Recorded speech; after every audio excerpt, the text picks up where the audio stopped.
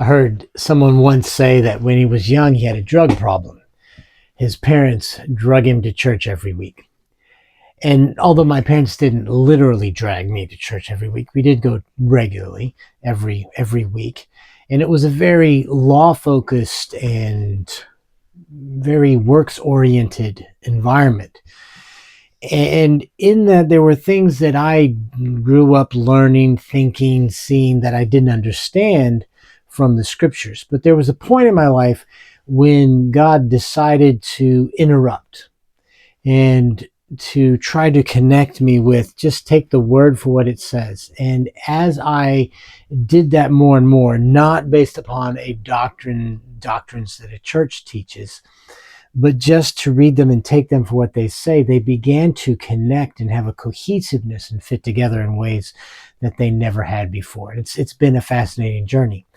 But that law focus, it's something we can be focused upon the law of the Old Testament, or we can also have the same kind of thing in terms of I've got to do what's right. I can feel compelled. I can feel guilty if I don't. I can feel even accused for not doing it well enough. It's the same kind of works-oriented thing. And the Apostle Paul visits this in Romans is one of the places. And there's one verse we'll look at today in Romans. It's in Romans 10 and chapter 10 and verse 4. But he's talking about how Israel sought to attain righteousness through the keeping of the law. And another place that we may look at later is in Timothy. The Apostle Paul's writing to Timothy, and he tells him the law is good, but it's not made for a righteous man.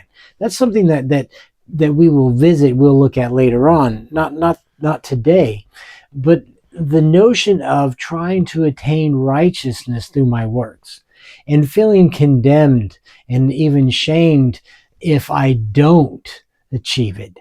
This is not what God had in mind. And this verse in Romans 10:4 says that how Christ is the end of the law for righteousness. But I just want to read this a little bit, and we're going to pick up in here just before that. He's talking about Israel. In verse 2, he says, I bear them witness, they have a zeal for God, but it's not according to knowledge. It's not the way that it works. It won't get them where they want to go. He says, for they being ignorant of God's righteousness, they don't know God's righteousness. They were fastidious and zealous in terms of keeping the law, but they didn't know, they were ignorant of God's righteousness. For they, being ignorant of God's righteousness and seeking to establish their own righteousness, have not submitted to the righteousness of God. See, the law was never meant, never given for us to attain and achieve righteousness. It couldn't do that. As he goes on later in chapter 10 and some following verses and explains, the only way that could even possibly be is if you kept it perfectly. And that's not how it works. That's not how we've done.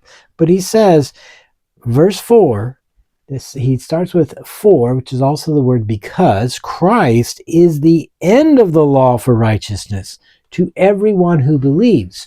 Well, what does that mean?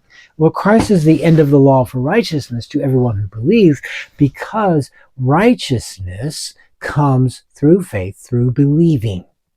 It's not about keeping the law. Not that the law is not good. Paul says it is, but it has to be understood and looked at and used in the right way. And it was never intended to make me or anyone else righteous. Righteousness is a gift. It is by believing. It's a free gift. God says, this is yours. And all you have to do is to believe it in order to receive it. It's still there even if you didn't believe it. It's just that you don't believe it, you won't act in that. You won't live according to righteousness because you're not receiving the wisdom of God, which declares your righteousness. Paul has a whole discussion in Romans where he talks about Abraham. Abraham believed and it was accounted to him for righteousness, as righteousness. To be made righteous is a gift. It's not something that we earn or we attain.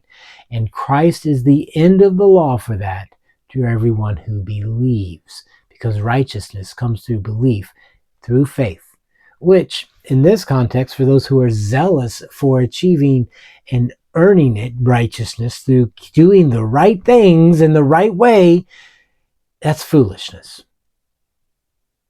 And he talks about that too in chapter 9. But Christ is the end of the law for righteousness, and that means just what it says.